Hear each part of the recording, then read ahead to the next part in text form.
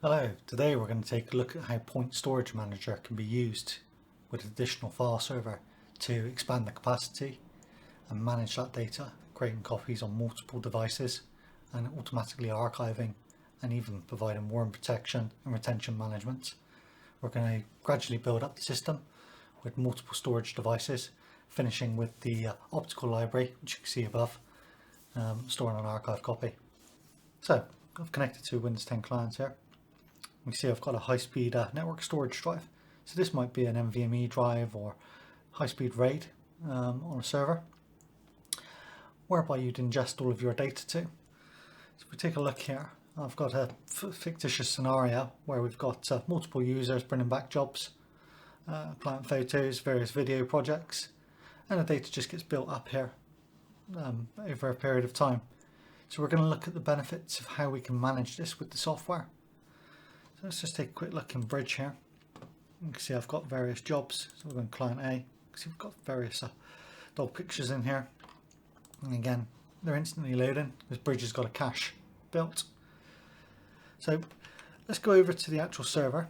We've got remote desktop on here to the server. So we can see on the server, I've got the folder that's shared out on the drive called Bridge Performance or Perf. And in here we can see we've got various folders, and again we can see we've got the files. So traditionally you may be backing up these files and moving them off to a tape or something like that. So what we've got on the server here is Point Storage Manager from Point Software and Systems. I'm going to show how we can actually use this storage management software to look after this drive and in effect give it unlimited storage capacity. So we can use this to actually balance the data on there to ensure that the files that are in use are getting the benefit of the high performance drive, whilst keeping available older content that can be pulled back to the drive automatically. So let me stop the software here. We'll just take a look in the configuration of what we've actually configured. So we've got a performance tier that's on this demo server, Point Storage Manager, and we've got a volume connected. The volume is this drive here. You can see we're monitoring the Bridge performance folder. I've then defined a capacity tier. So in this case, this is actually a NAS drive, but could equally be a cloud storage container. So you could use Amazon Simple Storage free, or even Wasabi. What we can do then in here is define various rules to how the data is managed. So first rule I've set here is to actually skip the cache. As this drive has got Adobe Bridge on there, you can see we've got these hidden folders created by Bridge, which are the caches of the thumbnails and previews. So what I've actually set here is a rule that says if the file name matches this rule here, anything Bridge shared cache and any subfiles or folders, to skip the policies for that file. So in other words, this will now ignore this entire directory in any of the folders here. So we won't do anything with them, we won't archive them, we won't back them up or move them. They can be recreated in the worst case scenario by Bridge, and chances are they may change and update over time. There's no real need to manage them, and having them on the flash drive will enable Bridge to browse through the files incredibly quickly as they're directly there. So under that, we've then set a rule that basically says copy to the capacity tier, in this case our NAS.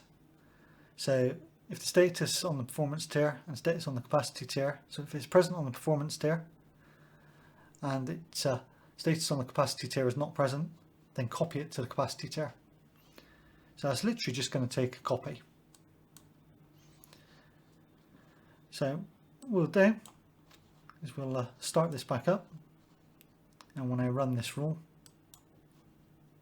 we'll execute. So this will run through now. You can see it'll build a list of the files and then actually place a copy of them onto the capacity tier. And we'll come back in a few moments when that's complete. Okay, so we can see this is completed now, and we've actually moved 211 files and stored 9.31 gigabytes of data into the capacity tier. And we can take a look at the migration log here in points, and it will tell us how many files it evaluated and processed. And didn't match 621. These would be the ones that matched under the bridge rules for the cache. And any errors or alerts are also recorded here. Also tells us how old the data is and what percentages of where that data is recorded. Okay, so we'll just have a quick look at the drive. So we can see nothing has literally changed here. We've literally just taken a copy of the data and we've applied no other rules. Now, some of the things we can do in here is we can actually build up various rules. If I stop the processing, we'll go into the configuration, and we can actually add in another rule that will purge the files. If I load from template here, and we can say purge copied files. So by adding this rule here, we're basically saying that file, if it's present on the performance tier, present on the capacity tier, and is larger than 4 kilobytes, then purge it on the performance tier. So let's add this rule in, and we'll just say OK on here, and we'll activate the process, and we can run this rule again. So we'll run the rule now, and what this will do is actually stub the files that are meet the criteria. So what we can actually do now, I'm just going to do properties on the drive.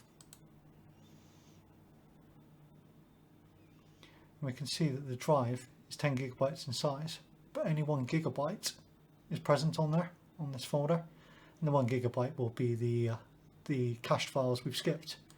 If we're just going to take a look here now, in Clients A, we can see that we've got the offline attribute on the file, and if I go properties on the file, we can actually see that it's 0 bytes on disk. And the reason for this is the file is actually now only on the capacity tier. However, if I try and copy this file and then just paste this onto the desktop here, you can see that that is straight away happened. Fortunately though, I've got the desktop view turned off so we can actually see that. So what I will do, just to demonstrate that, if I copy a file here, and if we create a temporary new folder demo, and if I paste in here, you can see we've copied the file straight back through transparently. Let's go back over to the Windows 10 client, and then in Bridge here, again we can see we can still browse through these various files. I can open up the projects and run through the files absolutely fine and transparently. And I can even say that I want to copy this file. In fact, if I say move to, choose folder, and we can create a folder locally on this machine. Let me say C drive. I'll create a folder and we'll call this demo. And you can see straight away the file has been copied. And we're just going to check that. Show you this on the C drive. So you can see here the original file is copied back, yet on the actual server the file is just a pointer to the file on the capacity tier. Now what I can do here at this stage, I can still do things we may not want to do. So if I was to press delete, you can see the file has been deleted and that is actually gone. If I was to then to look at the drive on the server, if we go into picture client 1, you can see there's 92 items at the moment. If I delete another and we go back, you see we're now 91 items. We're actually deleting the files. We can protect this with Point Storage Manager. If I change back to the server here, we can change the rules on here, and we can now enable write protection. So here we can actually say write protect after purging. It's not possible to switch this off once it's switched on. If we turn this on, say OK, and we'll start this again. We'll just go back to the client machine now. And what we'll notice, if I try and delete again, you can see I've still got 91 files here. I'll try and delete. I don't actually have permission because we've actually protected the files. So in doing so, now jobs that meet the criteria for archive or purging, which would normally be jobs that would be finished with, where you've set a rule maybe for 20 or 30 days or even a couple of months down the line, where they cannot be no longer deleted. Bridge, however, when I actually click into Bridge, you'll notice that it deletes the preview, but it's not actually deleting the job from the folder. As you can see, if I delete here, it's saying there's 89.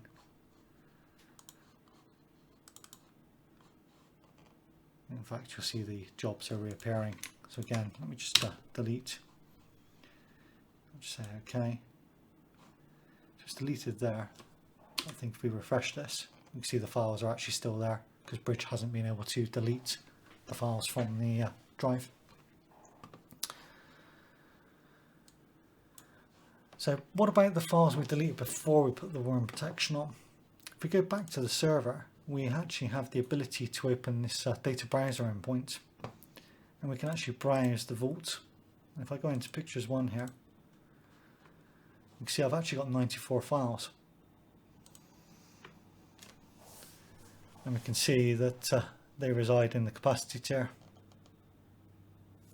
there still. And what I didn't do is make a note of the file name. But what we can do from here is copy the last version of the file back to a temporary location and actually retrieve jobs back from the capacity tier. So at the moment we've got this volume protected with worm, but we've only got one copy on the capacity tier. If I stop this, we can actually build this up, and we might actually want another copy on a different capacity tier. So what we can actually do is add in another capacity tier. I'm just going to select a local folder on the server. In this case, I'm going to browse, and I'm just going to use this folder here called Bridge Cap. This is the same drive as the performance tier. Normally we would have a different NAS server or a different drive or a different location, maybe even S3, something like that. You can see I've added in a second capacity tier. What I'm going to now do is run this through, say OK, and when I start this up, it's going to actually replicate all of the data. You can see this warning here that it's not in sync, and if I now run this, what will happen is the data will be replicated, you can see, from the NAS back to the second capacity tier. So in essence we will have two copies of the capacity data. What this means is if the NAS was to go offline or the other drive was to fail, we can still retrieve the data from the other server. Okay, so this is completed. If we have a look at the local file that I created, or folder, for the second copy, just do a quick properties on here. We can see it's 9.3 gigabytes, or 9.31 near as close as, and contains all of the files from the capacity tier. So as per the configuration in here, we can see we've now got two copies of the capacity tier on two different devices. Let's look at how we can do some other stuff here, and how we can actually use this to protect data. If we go back to the Windows machine here in the high-speed drive, let's copy client A, and we'll just paste that in.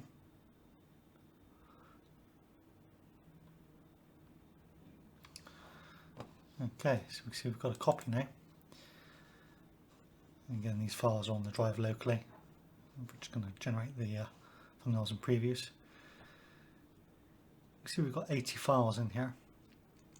What I'm going to do is go over to server again, and we will run the rules.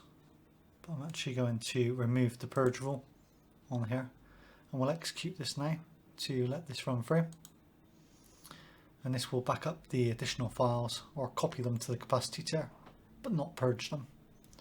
And as we've not purged them, we will be able to still change the files on the drive. Let's let this run through. Okay, so we can see this is complete. What I'm going to do now is come back to this folder here, and we will delete the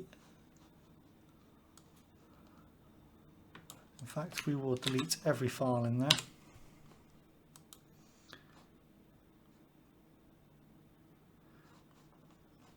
So you can now see in Bridge we've deleted them. And again, if we browse through to the folder here on the copy A, all of the files are deleted. Okay, so back on the server we can see obviously the files are no longer present. We can see we still have the files here on the capacity tier. So we have the ability to copy the directory back to another location and to restore the files this way. Alternatively, we can actually provide a web interface to the files. So I launch a web browser and we'll log in. We can see we've got our Bridge vault here. If I expand into here, you can see we've got clients working. And again, I've got access to the files. From here, we can download.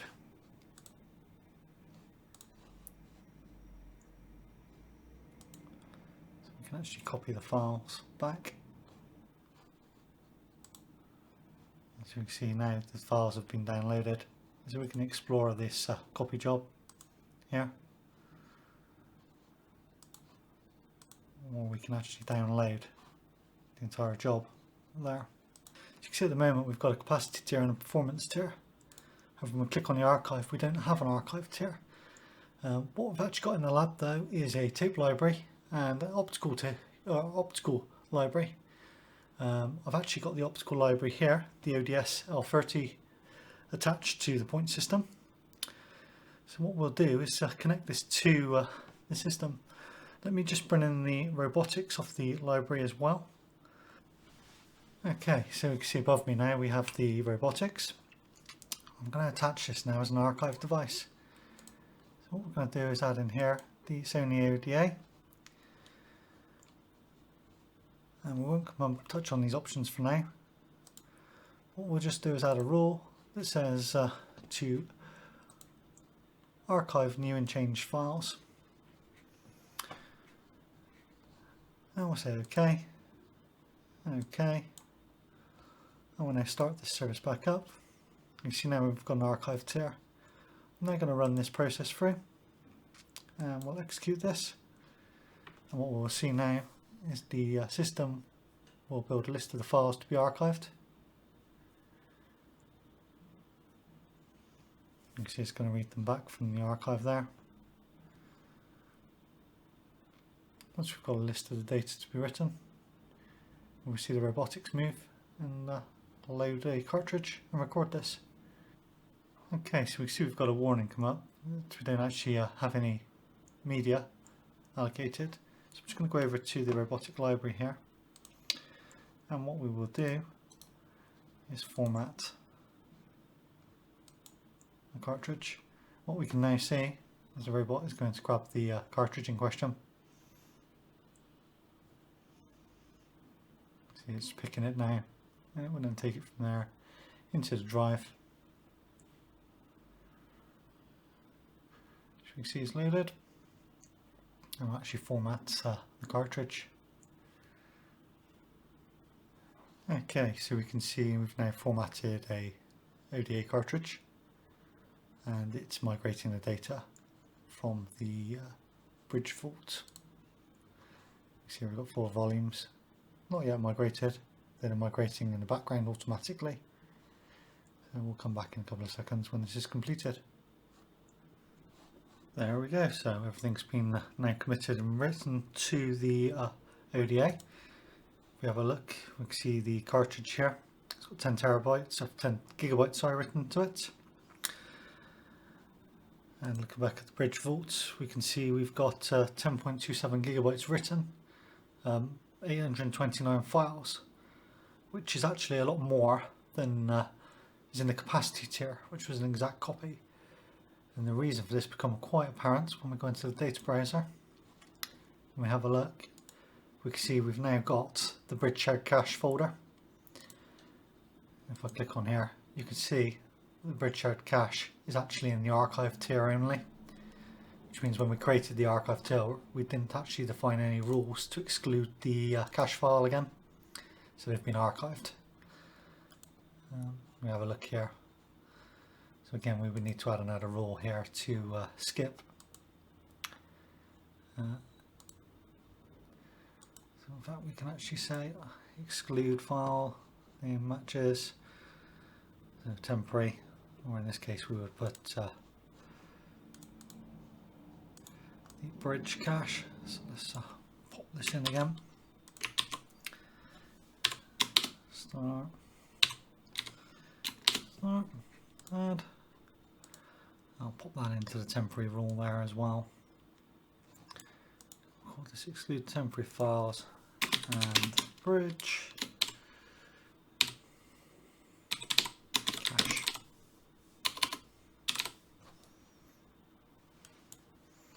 Okay, so that will prevent any further caches being added, and we'll just make sure that's the first rule, so that then skips the archiving rules. So now we've got an archive tier, we've actually got the ability to add into this retention.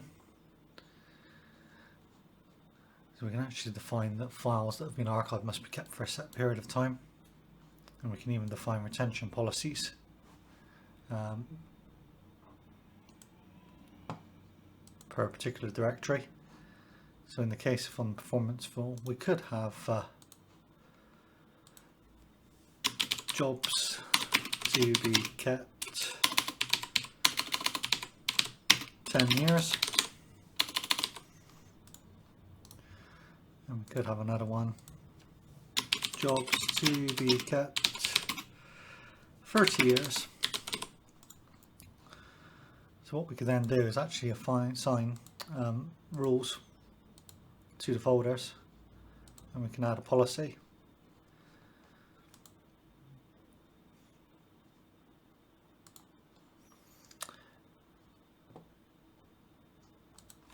Keep 10 years.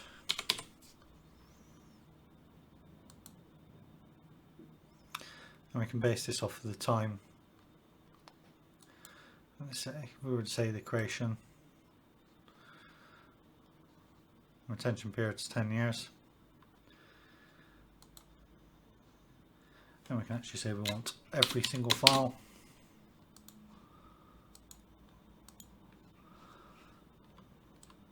And we say OK, and we can add another policy then to the other directory. Let's add another policy, and we'll change this to 30 years, keep 30 years, and every file. Okay, okay. So you can see I've added 2 policies here, and what this will do is actually prevent the files from being deleted from that file. In addition to the worm protection, we can make sure the files won't be able to be removed until they are over 10 years old. If we have another look at some of the other options, we can actually define various rules.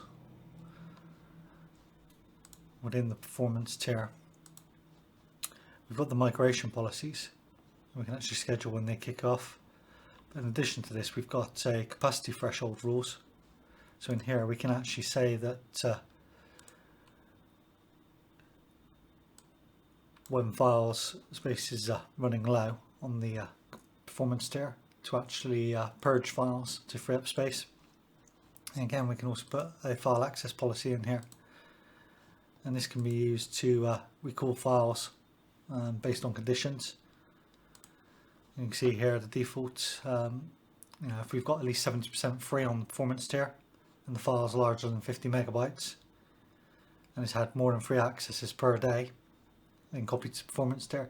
So what we can actually do is use rules like this to balance bringing files back from the capacity or the archive tier to the high-speed drive based on jobs that are being used. So if there's older jobs that are being called back regularly, this can automatically put them back on the fast disk.